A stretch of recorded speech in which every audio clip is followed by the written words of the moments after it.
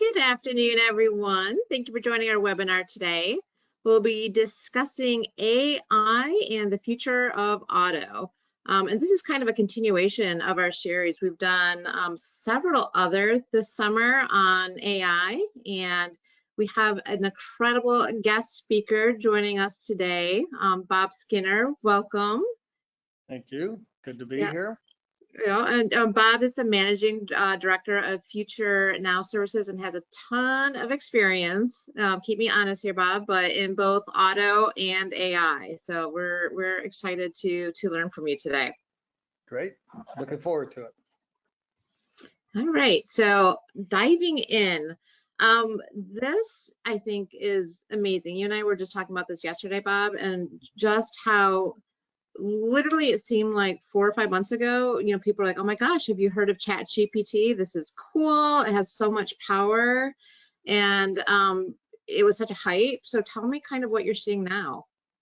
Yeah, it was actually a little bit more than that. It was November 2022 when OpenAI ChatGPT launched. But yeah, Wow. 100 million fastest ever, users. So the hype really started big right from the beginning, and all of last year seemed to just be picking up in terms of everybody adding AI into their name or their business or their Yeah. service.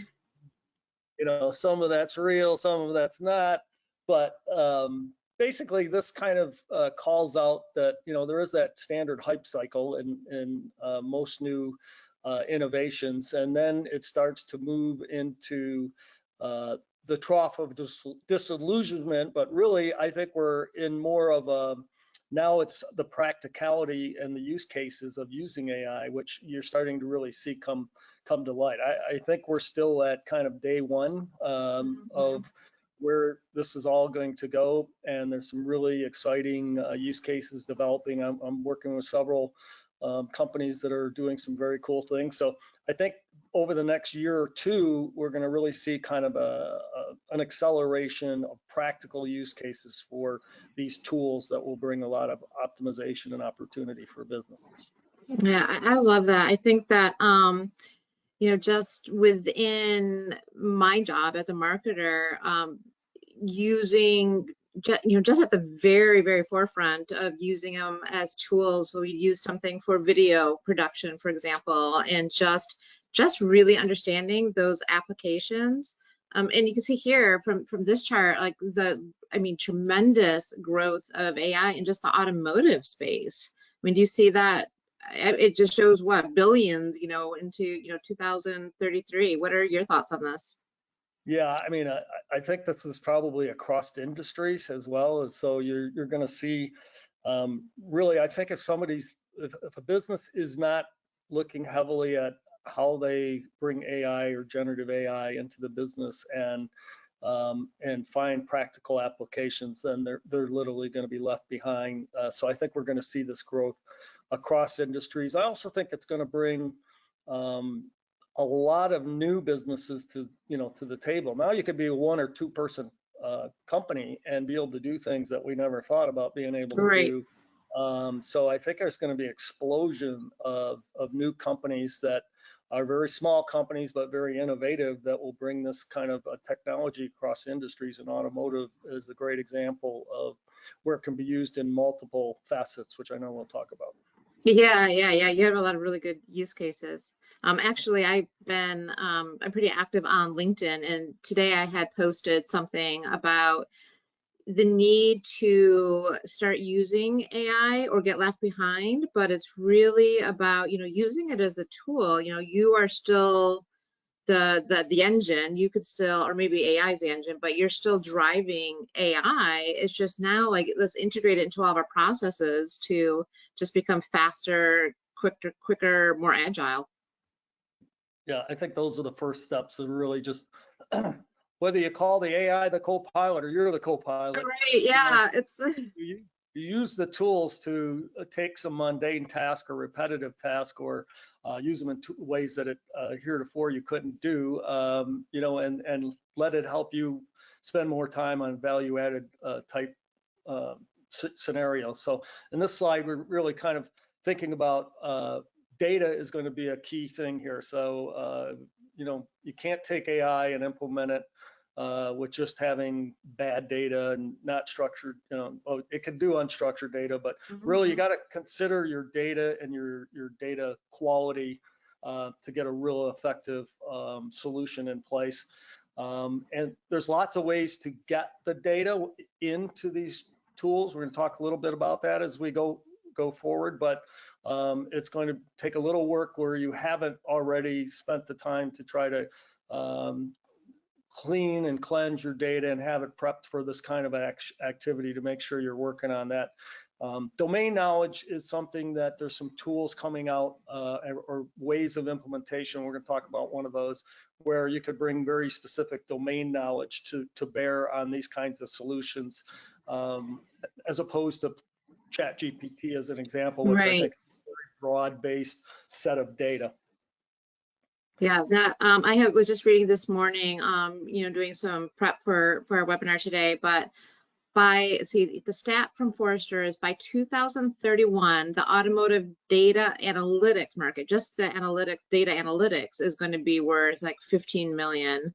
And something else that I really thought was cool is that AI isn't just confined to the roads, you know, and actually how it's going to be integrated into the vehicle itself.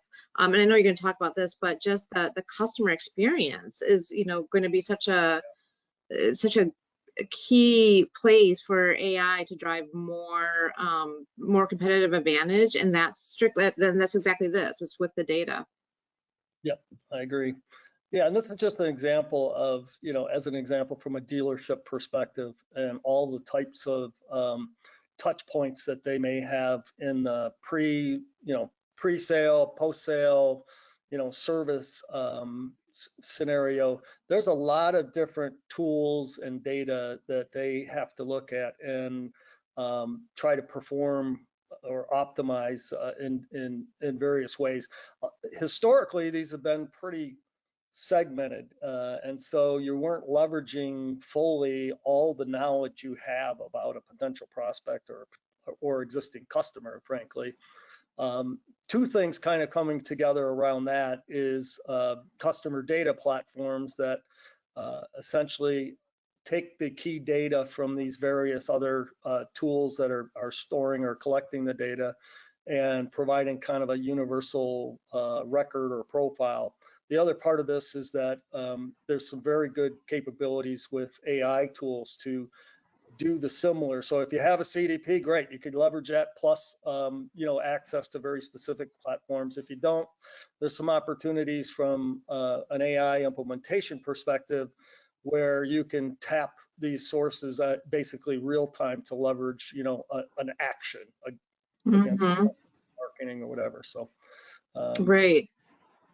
Yeah, we have a CDP that we offer our clients, and it's surprising. Like you can see, like all these data sources right here, just on this visual, and so often they're all over the place. And just trying to grab those and integrate them through a CDP, do some data cleanup.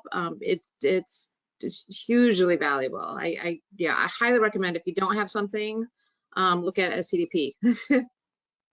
and it's surprising, you know, through the digital transformation phase we've all been going through that still there's, you know, this idea of not having your data kind of cleansed and integrated from a profile standpoint, especially if you're doing multi channel marketing, is something that's you're kind of really falling behind. So CDP Yeah, for that. yeah. We see that a lot with you know, clients that it's we've been talking about this so long about the need to be data driven. But you know, it's easier said, you know, we can preach that all day long, but easier said than done sometimes when you have data everywhere, and just integrating a couple of sources to try to get to that customer view is that's the start really. Yeah, I went through some painful exercises at Ford Direct in terms of some of that work, and now you add in privacy, you add in the cookie a deprecation, from cookie tracking. And so it's just going to become more and more important for you to really understand your data, control your data, and Hmm. access other data where you need it to, append what you need. Yeah, absolutely. Okay, so let's dive in a little bit more to some of the AI capability specific use cases in the auto industry. All right. So I love, like, I was looking at some of these this morning and started diving into each of these. Like, wow, that's pretty cool. I'd love for you to just talk maybe through a couple of, some of the use cases that you're seeing and especially like predictive maintenance. I think that's cool. There's some pretty cool ways to use it.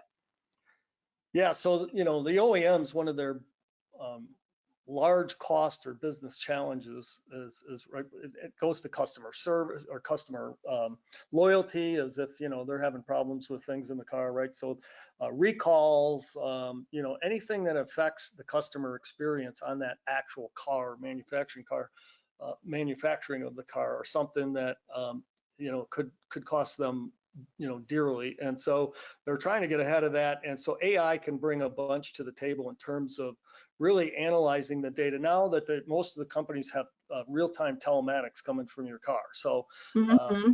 drive off the lot, they know a lot about what's happening in the vehicle. And so with advanced AI tools, they could predict you might have something going to happen to your car, so you can at your leisure get it in for scheduled maintenance, Right. as opposed to the light comes on, the car breaks down, you got to call and you got to set up the whole thing going on there. And so, and as part of that process, they will they'll go back to their actual manufacturing process and car design, and be able to make changes on the front end of that, to be able to eliminate those kinds of issues as they're coming out with new vehicle models. So you could see, this slide, it just kind of shows the extent of where AI is going to and is being used now to be able to try to drive lots of efficiencies across the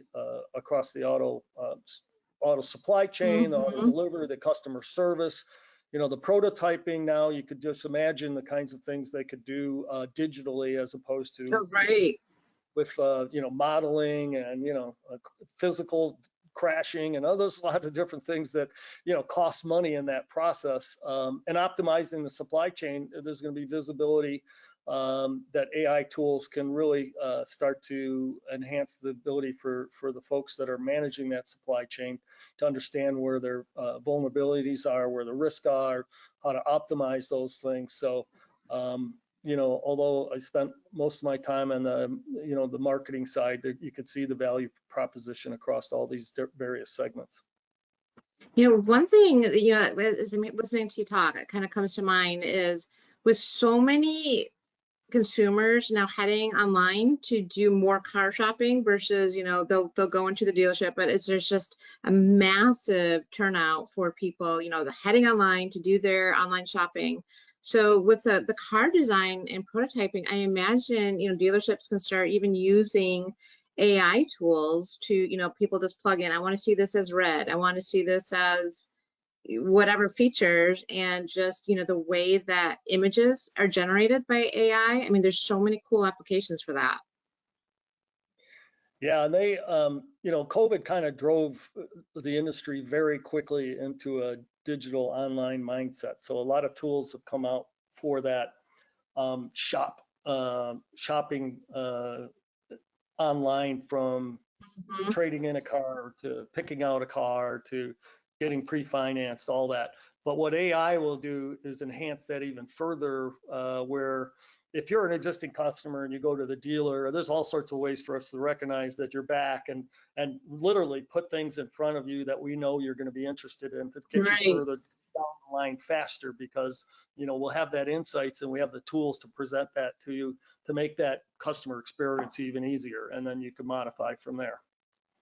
So question, with all of the data that's being, I guess, generated, and I think I know the answer, but all the data that's being generated by like these smart cars, are Mhm. manufacturers then taking that in like individual car maintenance logs, history, and then analyzing that and crunching all that?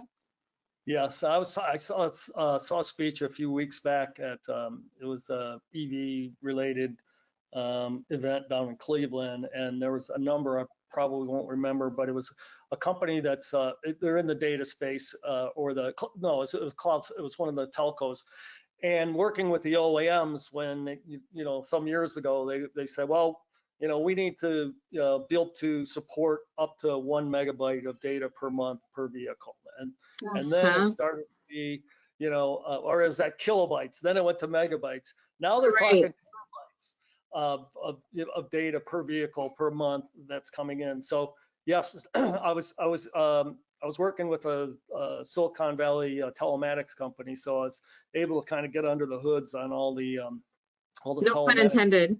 yeah, all the telematics data that's coming from those vehicles, and it's amazing. And there's a very, very large cloud setup for the OEMs where they're bringing this in, and what AI can help them do, because the volume of this data is just so massive, is it allows you to sift through that very quickly and understand where there's issues and opportunities, and also get rid of data that's unnecessary, because it's not inexpensive to store all that data either. So Right. literally every function of a car and actually activity in the car is I know it's a little creepy, but it's being That was my next looked at. question. Yeah.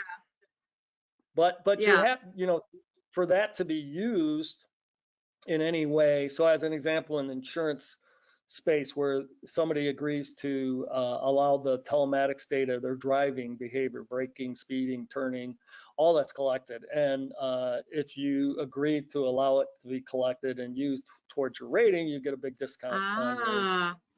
insurance. But you may agree to it with the insurance company, but still, as an example, like with Ford, it'll come to your actual HDMI and say, do you agree to share this data with this insurance company? So you got to be proactively allow somebody. So it's good for them for their internal purposes, for all the things we talked about so far, and preventive maintenance and design. But there's going to be more use cases where the data and the consumer agree to share it for other customer experiences that will come along the way. Yeah. Right. It's like all of this, like you said, the telematics types of data that you can be used to not only, in design, but, then it also trickles down to the customer experience, and you have all these insights in how people how often do they get oil changes? Yeah. If you can start predicting that, and start predicting it for a certain age group, you can then proactively start targeting them. I mean, just such rich applications. I mean, I think it's really cool to see how some of this is going to start kind of coming down the pipeline.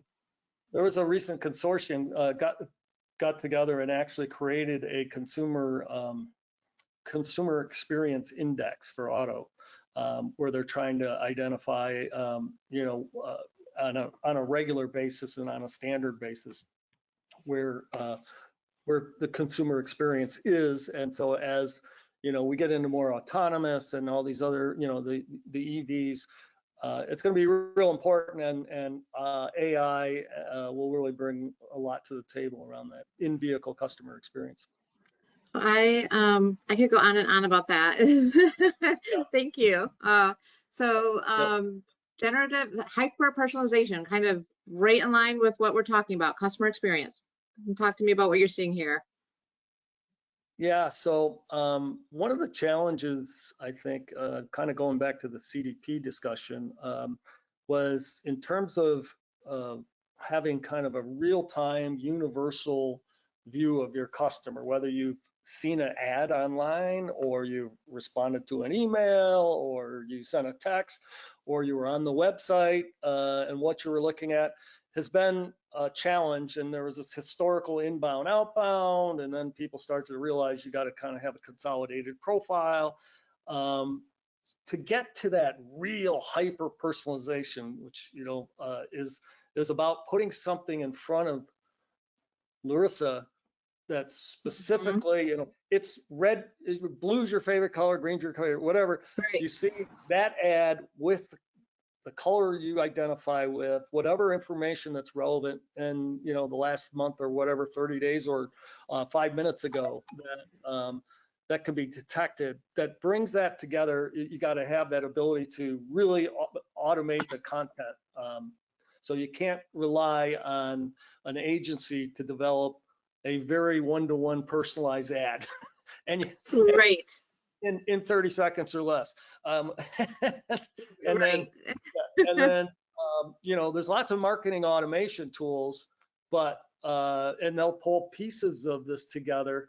But when you look at the grand scope of the things I just mentioned, it's hard to get that in any tool that will help you activate in that hyper personalized way. So where AI will play a role in this is you could have certain tools already in place, and then be able to leverage AI tools to drive the creation of that email, the creation Mhm. of that ad, be able to push it in real time.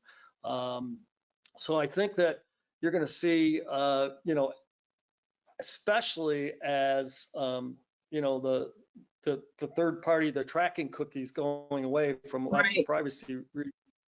It's going to be really important that whatever data you have on that person, that you're able to activate on it in a very efficient way. And I'm sure some of these tools for basically third-party tools for looking at profile data and matching profile data and appending profile data, all that's going to be important to be able to get over some of the blind spots we're going to have without the tracking cookies. But AI can bring a lot to the table in both the experience, the quality of the content, the personalization of the Mhm. content, the message that actually gets delivered in whatever channel you're delivering. So it's very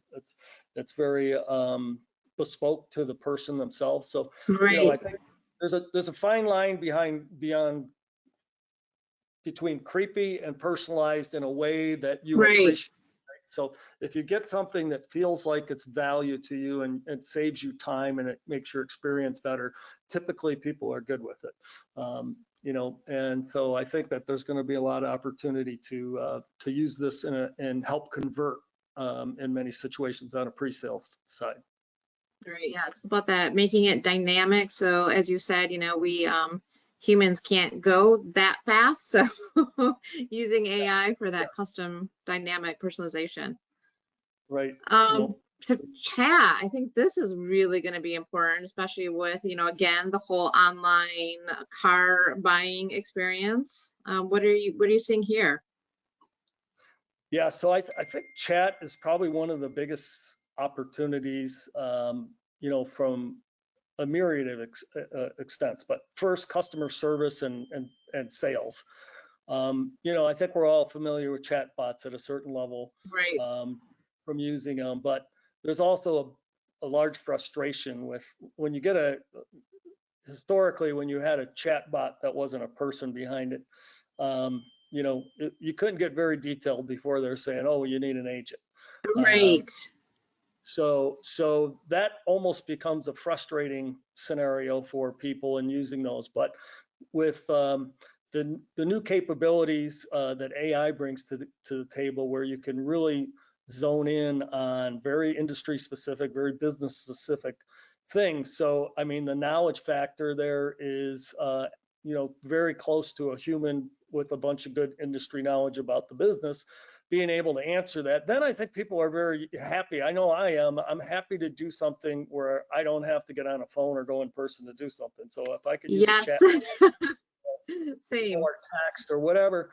So from a sales standpoint, and a good company that Gubagoo is one of the companies that does this pretty well out there in the automotive industry and is embedded in a lot of websites. That's a from a sales standpoint. But from a customer service standpoint, there's also a huge amount of opportunity to leverage chatbots for answering questions quickly, or in vehicle being able to do a voice request and be able to get an Ah, answer. I think there's going to be right. great experience, customer experience changes as this stuff gets rolled out. Well, I know I probably kept you a little long on a couple slides, so I'll Yep. move along Yep. to the next one. Yeah, well, speaking of, I'll quickly just speak to this. This was released Yeah, earlier here as an example of customer service. Klarna does the pay now or buy now, pay later programs for a lot of different online websites. And they announced this earlier this year that they had implemented AI, and it's kind of equivalent of 700 agents. They're seeing better consumer experience and answers to questions, communicates in 35 languages, and 40 million to the bottom line this year. So that just kind of tells you in a big picture what this opportunity is. yeah, that's incredible. I mean, it's AI applications literally across departments and every customer touch point. Yep. Yeah, so we kind of Segmentation. talked about, yeah, we talked about some of this, but yeah, really behavior and predictive analytics is kind of taken to the next level with AI because of us being able to understand and in real time manage that data. Dynamic segmentation, so, historically build a segment, apply the segment to a channel, execute the channel. Now it's going to be so much more dynamic to be able to, based on whatever the last action we saw and you to be able to activate that in a segment or build a segment dynamically is going to be a great opportunity. And then obviously we can integrate this into most tools in various ways. Some tools are embedding it already, so lots of ways to leverage it. I like the thought too of, where you were talking to about the hyper personalization and, like then having a segment where you can further dynamically personalize. That's really what you're going to need to do to cut through the clutter of all this digital noise that we're hearing today. Absolutely. So I know you had talked, yeah, you had talked about some really cool use cases of a lot of auto players implementing AI.